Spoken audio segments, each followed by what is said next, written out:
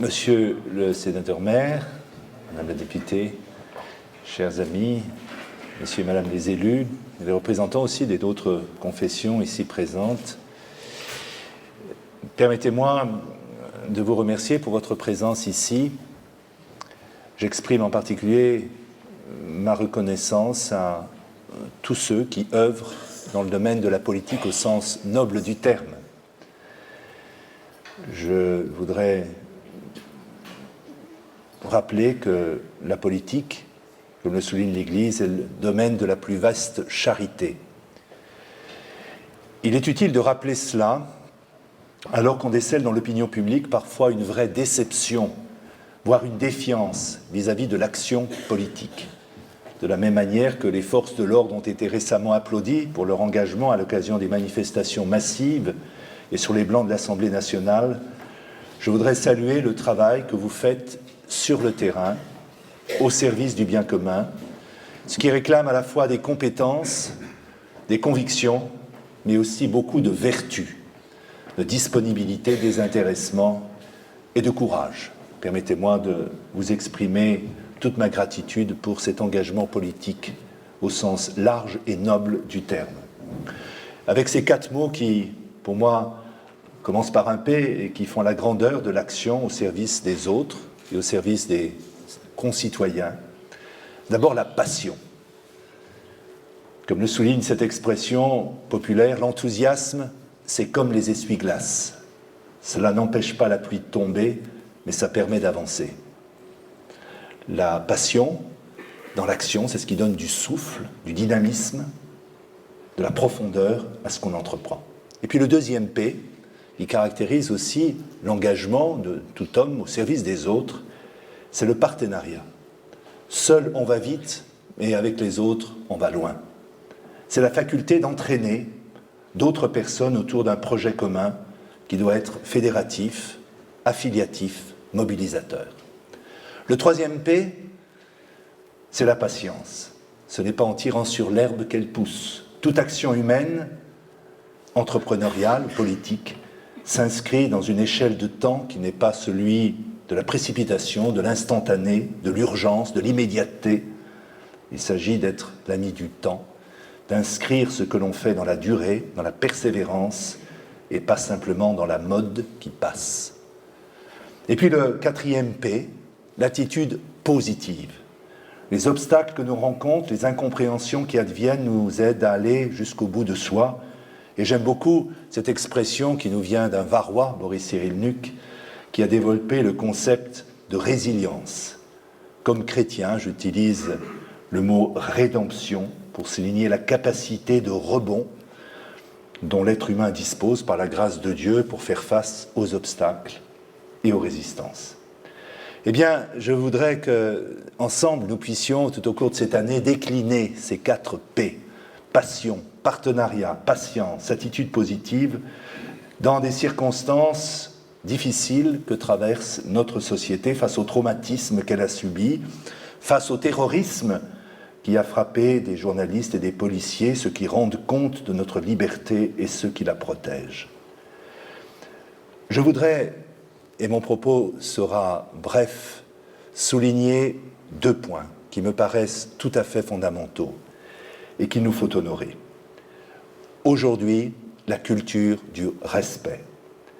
Dans la prise de conscience nationale que nous devons faire tous ensemble, rien ne doit justifier la violence, d'où qu'elle vienne, quelle qu'elle soit. Que ce soit la violence de ceux qui, par la force, veulent imposer leur loi ou leur foi, ou la violence de ceux qui, par le mépris, injurient celle des autres. Et il faut extirper les causes de ces violences si l'on veut pour l'avenir s'épargner le chaos.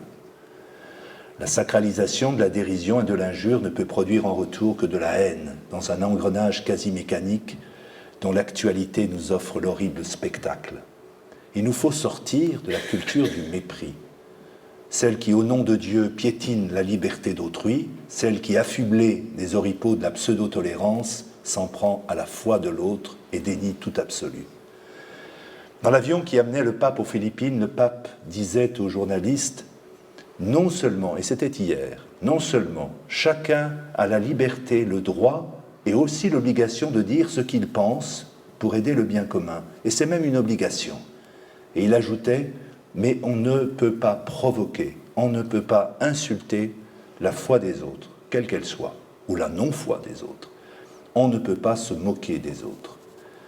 Certes, la loi doit défendre la liberté d'expression. Celle-ci est indispensable à la démocratie, mais nous savons que la liberté de chacun a pour limite celle des autres, et que le respect intériorise la loi pour éviter d'offenser l'autre, de l'injurier, de le dégrader. Le moral va au-delà du légal, et tous, nous pratiquons en famille, en société, cette autocensure. Tous ceux qui disposent du pouvoir des mots et des images doivent comprendre que ceux-ci peuvent être aussi bien des armes de destruction que des instruments de fraternité et de dialogue. Ce respect, il s'apprend d'abord dans la famille, lieu du vivre ensemble, et de l'accueil de chacun dans sa spécificité et dans sa différence. Il se construit à l'école, avec l'apprentissage d'une règle, d'une discipline commune, d'une autorité qui est rendue légitime et qui nous initie au pacte social. Ce respect appelle le sens de la limite. La rive est la chance d'un fleuve pour qu'il ne devienne pas un marécage, dit un proverbe indien. La transgression des limites dans l'individualisme du chacun pour soi constitue la grande menace à cette culture du respect, indispensable pour vivre ensemble. En second lieu, outre le respect, je souhaite que cette année soit celle du bien vivre ensemble. La devise républicaine invoque la fraternité. Lorsqu'une culture ne donne plus des raisons sublimes de vivre, parce qu'elle a oublié l'héritage, perdu la mémoire, elle s'en fabrique à partir des instincts les plus bas ou les plus vils.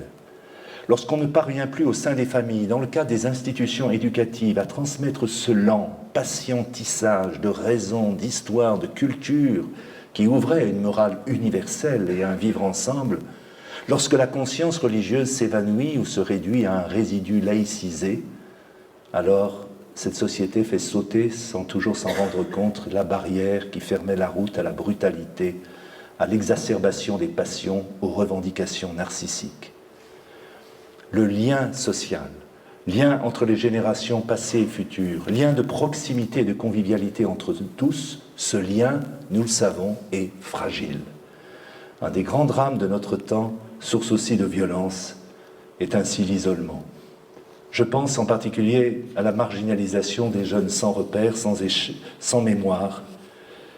La violence trouve sa source dans la désocialisation de ces jeunes, en échec familial, scolaire, professionnel, et qui assouvissent leurs rêves adolescentriques et prométhéens de toute puissance dans le djihadisme, qui règle leur compte à une société où ils n'ont plus trouvé leur place et qui les laisse sans avenir. Si nous ne retrouvons pas le sens de l'être ensemble, du vivre ensemble, si chaque famille ne promeut pas le sens de l'altérité, si des jeunes ne sont pas éduqués à s'échapper du monde virtuel pour rencontrer l'autre à hauteur de visage et formés au bon usage des mots pour dialoguer, notre monde alors court à sa perte. Et l'histoire de la tour de Babel se répète. Un philosophe anglais, David Hume, soulignait que la terreur gagnait des sociétés qui avaient perdu l'enthousiasme collectif. Le relativisme moral, religieux, envahit nos sociétés postmodernes où les grandes utopies politiques et idéologiques se sont effondrées, où la place du religieux a été effacée par la perte de transcendance et d'intériorité, où l'individu consumériste n'a d'autre horizon que lui-même, rivé à son ego et à ses émotions. Un tel relativisme, érigé en prêt-à-penser, fait inévitablement le lit du fondamentalisme et de l'exclusion. Chers amis, l'Église universelle, et particulièrement notre Église diocésaine établie dans le Var, veut, sur ce double terrain du respect et de la solidarité, apporter sa contribution, sa force de proposition, ses convictions fondées sur l'Évangile, qui nous redisent que chaque être humain est sacré, que chaque vie, même si elle est blessée, vaut la peine d'être vécue, que nous avons tous besoin les uns des autres, qui que nous soyons, pour construire ensemble un monde de paix. Je formule pour chacun d'entre vous mes meilleurs vœux de bonheur, de santé, de fécondité dans votre mission au service de la nation, des collectivités que vous représentez, des associations dans lesquelles vous vous investissez. Et qu'ensemble, nous puissions faire avancer le monde. Merci de votre attention et sainte et bonne année.